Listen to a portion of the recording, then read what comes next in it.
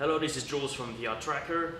Today we are at Polytechnic Incubator and we install our camera in this room. We have 10 cameras set up and I'm going to show you how we wire them and how we install them. So let's start with the camera position. So you can see that we've put them in the corners or at the center of the wall, on the ceiling of course. Here the ceiling height is about 2.6 meters. This is really not something that we recommend. It's better to have like 3.5 meters to 4 meters high. Simply because when the camera is too low and the user has his tag on his headset, for example here, he has his headset in front of his eyes, and if the camera is too low, for example like in our case 2.5 meters, it will have a hard time to see the tag, especially when the user is tilting his head down and the tag finds itself hidden from the camera by its head. So the best situation is actually to have the camera at 4 meters pointing downwards so that it can see the tag almost at any time. So you won't lose tracking and it's really the better setup. So that's what I advise to you. It's to have 3 to 5 to 4 meters. Let's have a closer look at the camera now. So you can see that the camera are wired using Ethernet cable, and on the side there is also the DC cable. So those cables, they go through the ceiling, and you can see that the camera is in some kind of a holder that we 3D printed, and this is taped to the ceiling.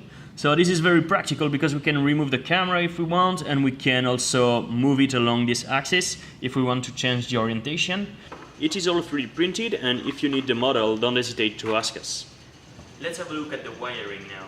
So all the camera need a power cable and an Ethernet cable. Those cables, they go through the ceiling and they all come back down here. So as you can see, all the camera Ethernet cables are connected to an Ethernet switch. This is a 100 megabyte switch, and here you can see that the gateway is also connected using Ethernet to the same switch, so it can communicate with the camera.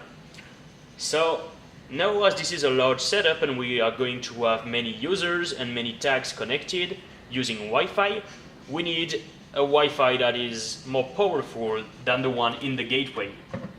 To do so, we use a Wi-Fi router. So what the router does is that it is exactly copying the gateway Wi-Fi.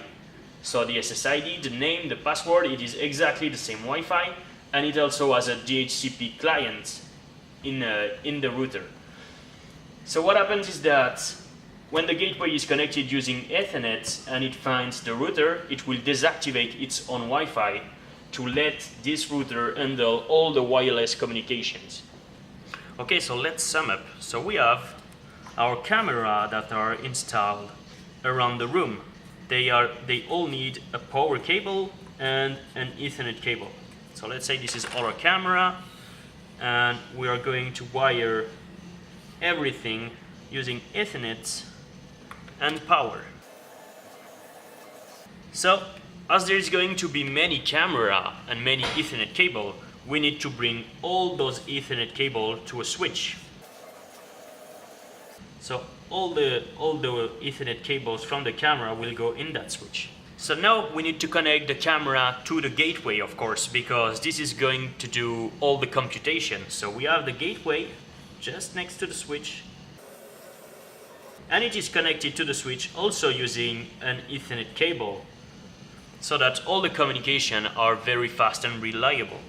Now we still have all the tags that needs Wi-Fi, and also the users, because they need to receive the data on their PC or on their mobile. So what happens is that there is already Wi-Fi in the gateway, but it is not powerful enough if we want to have a lot of users and a lot of tags. So we are going to bring an external router. So that router will be connected to the switch, and we can also connect it to the internet.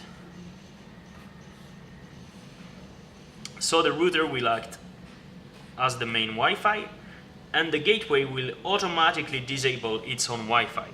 We have to change the SSID of the router to VR Tracker gateway, set the password to VR Tracker, and we have to enable a DHCP client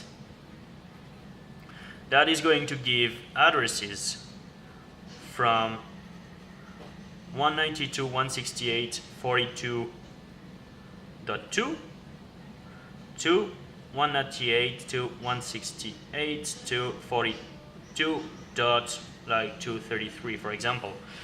So this is the DHCP range that we want to give, and we want to reserve an address, a DHCP address for the, not a DHCP address, an IP address, which is the 42.1, which is owned by the gateway. So we have to find its MAC address and assign it the IP 42.1, because all the data needs to go to the gateway. So that's pretty much it. If you didn't understood everything, you can just ask me questions, and I will maybe show you, make another video to show you clearly how to configure the router to use it with VR Tracker and to replace the gateway Wi-Fi. Just a few last advices. When you install the camera, make sure that they don't look at direct sunlight, or there is no also reflection of sunlight. For example, in windows or mirrors, that happens more than you think. It is really tricky. This kind of light is no problem, just avoid halogen light. What else? Try to have somebody also with a tag move around in the room when you try to orientate the camera. That will be much easier for you. And also don't place camera next to each other, because this is totally useless, and you will have two cameras instead of one that you could have put at a better place. So I think that's it. If you have questions, you can ask them directly on this video, and I will try to answer all of them as fast as possible and add also information in the FAQ. So thank you for watching, and have a great day.